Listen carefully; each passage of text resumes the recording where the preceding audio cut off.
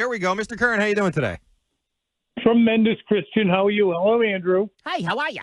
Doing very well. Looking forward to this game tonight. Looking forward to this weekend, of course. But I wanted to open with the big story from yesterday from ESPN about Robert Kraft in the Hall of Fame, which was, I thought, very interestingly timed. You know, we got 1 week into the season. There's all these storylines going around the NFL, and ESPN comes out with their, not really bread and butter, but there was a time where it seemed like they were churning these articles out every other week. A long-form story here about Robert Kraft and his attempts to get in to the Hall of Fame. I heard you speak about this a little bit yesterday, but why don't we follow up on it here? What do you think is the main thing keeping Kraft out of the Hall of Fame? I think basically it tracks down to there's an anti-patriot sentiment among the voters, and I think it's probably dates back to 2000 and stretched along the entire course of their dynasty, having mainly to do with the fact that, when they got good, there was a tendency, I think, for the Patriots themselves and the organization to act as if they invented the wheel.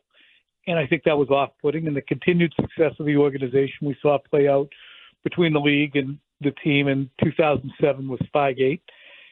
And I think that rubbed a lot of voters the wrong way, and they continue to cling to it. And it kind of tracked on from there. So do you think the bigger story to me that is was a long pause. Jesus. Well, the bigger story is that there was a story. Right. I mean, the gist of the story seemed to be that Robert Kraft deserves to be in the Hall of Fame. He's not in the Hall of Fame. The people who work for him keep trying to help him get into the Hall of Fame, and the voters find that unseemly. So now they're definitely not going to let him get in the Hall of Fame. He's going to do so on their agenda and on their timeline.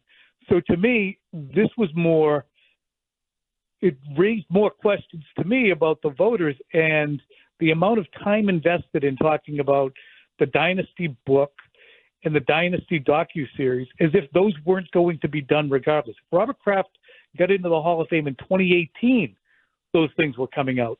Those were not efforts to get Robert Kraft into the Hall of Fame. They were efforts, I think, by Robert and by the Krafts, but especially Robert, to say, yeah, I'd love to have the story told the way I view it, from the lens of me. And I think that it was done that way, but it had nothing to do with trying to get him into the Hall of Fame. You done now? Just checking. Yeah, I'm done. I don't know what direction you guys are going to go with some of the questions. So it takes a second to process exactly what the question is from Christian, so it takes me a second to land the plane. I got you. No worries. So just to follow up on that, do you think this article – first of all, I found the article weird because I don't know, do a lot of people care about this outside of New England? Are they breaking down whether, oh, my God, Robert Kraft's not in the Hall of Fame? Why is he not in? He's getting screwed. I found the article he really weird. wants to be in the Hall of Fame. Yeah, he wants to be. Who cares? Whatever. But, Tom, do you think this helps or hurts his potential to get in the Hall of Fame sooner rather than later? Well, given the fact that there's however many voters, 50, yeah, or is that just for all? Given the fact that there's 50 voters, and the way those voters tend to react to things is, well, screw that. You know what? Now they're trying to put pressure on us. Now he's definitely not getting in. Or it can have an opposite effect. I really don't have an opinion as to what this story will do. And I really don't. Which I appreciate. I'm mystified.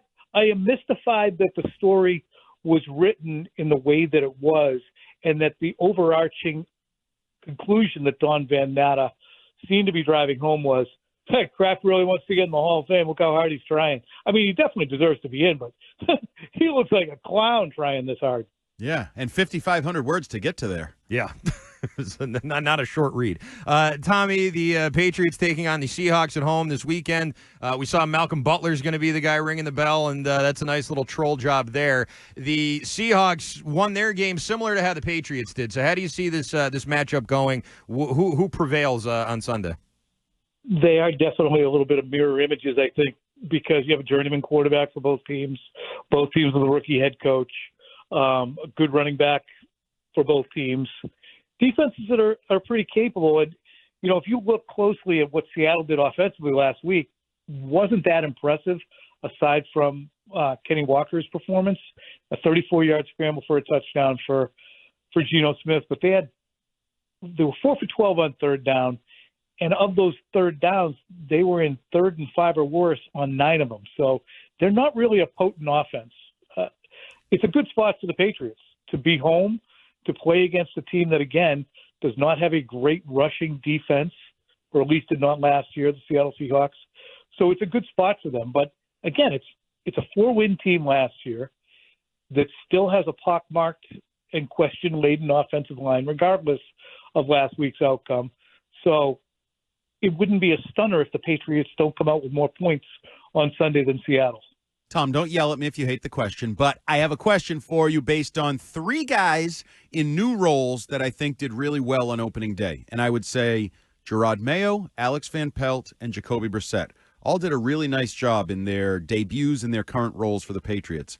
Which of those is most sustainable? Which of those do you think was like, yeah, that's who he's going to be in that role for this team? I think all of them have equal opportunities to be the same guy. I think, with Van Pelt, he is going to at some point not get a throw knocked loose in the end zone by Hunter Henry that was made by Jacoby Brissett. So he might fall behind. He might not get a strip on the goal line from his defense. He might be down in a game. Mm-hmm. He'll still be a very good play caller. He'll still be very organized, I think, with what he wants to do. But he's going to see more adversity, as will Jacoby Brissett, because eventually some team is going to load up and say, okay, beat us with your arm. And I think Brissett could, as anyone quarterback could, if they have the artillery offensively. So, I mean, it's all circumstance-based. Who do you think is going to have the most sustained one? Honestly, I think Gerard Mayo. He's made a great turnaround in my mind. And I think he had some little brush fires and ups and downs. I've been thoroughly impressed with him for about the last 10 days with his messaging, something you and I have talked about before. And then something Jacoby Brissett said when he talked to us earlier in the week when he was raving on the plane about, Gerard told us on Tuesday if we did X, Y, and Z, we would win the game. And they went out and did X, Y, and Z, and they won the game. When you start to build that cachet of credibility within your locker room, I think you're well on your way to doing a really nice job as a head coach. I think he really needed the football to start, because speaking extemporaneously for 4 months straight about things that were not tangible, quarterback competitions, competition on the offensive line, how things would look, what things were going to happen, it was becoming difficult for him. And I think that he stepped on plenty of landmines verbally in the offseason, as any first-year head coach might, and especially one who is saying, you know what, I'm going to be me. He stepped on plenty of landmines, but now that the football has started, I agree with you, Andy. He needed things. We all needed things to focus on rather than these intangible things that are just opinion-based. Yep. One thing Gerard Mayo said, and has said a few times since the game, was that we're going to run the ball. Everybody knows it. That's what we're going to do. In the event that Seattle takes that into account and is able to, stop the run, what are these backup plans that Mayo was talking about? What do you think those are going to look like, Tommy? I think there's a lot still left on the table for what the Patriots can do offensively that they didn't even tap into. Demario Douglas has 2 targets last week. Jalen Polk has 1 catch. You didn't see really any jet sweeps, any motion, anything that was very intricate. So I think that if you're going to do that and force the Patriots to throw, yes, they can try to go over the top and, rattle their saber with Tyquan Thornton. That's probably not going to scare anybody. Tyquan Thornton's not going off for 6 and 160. And he's your ex-receiver, really. KJ Osborne's not having that kind of day either. But I do think that they are capable of having that kind of a day from a guy like Demario Douglas, because he is a unique guy to try and deal with. We watched it, Andy, during camp every single day. When he was on the field, when he was targeted, it changes things. I don't think that they had to go to Demario Douglas last week, so they really didn't. They just said, let's just keep doing what we're doing. But those are the things that I would imagine would be different, and he has to be a bigger part of the offense. And I don't think it's a letdown that he wasn't. It's just his number didn't come up, but it needs to. I don't know how big you are into spreads and numbers and gambling, but I have found. I like them. Okay, so I like a good buffet spread, but this is a different kind of spread we're going to talk about. I like them both. The Seahawks -3.5. I find, and I'm not a big, homer. That's my podcast partner, Fitzy. I find that a little disrespectful for the way these two teams played on opening day, and one team playing at home and another team flying across the country. Are the Patriots being a little disrespected with that number? Always remember, don't ever forget, the reason spreads are made are just to entice people to put equal amounts of money on both sides so that the bookmakers or Vegas, whoever it is, can make their money on the biggerish. Mm-hmm. So there's no respect or disrespect in my mind usually involved. It's just trying to take advantage of public perception so that they can get the money balanced. I would not look at the Patriots as I would probably call this game a pick or the Patriots a 1-point favorite based upon Week 1, based upon all the things you said. It's going to be 10 a.m.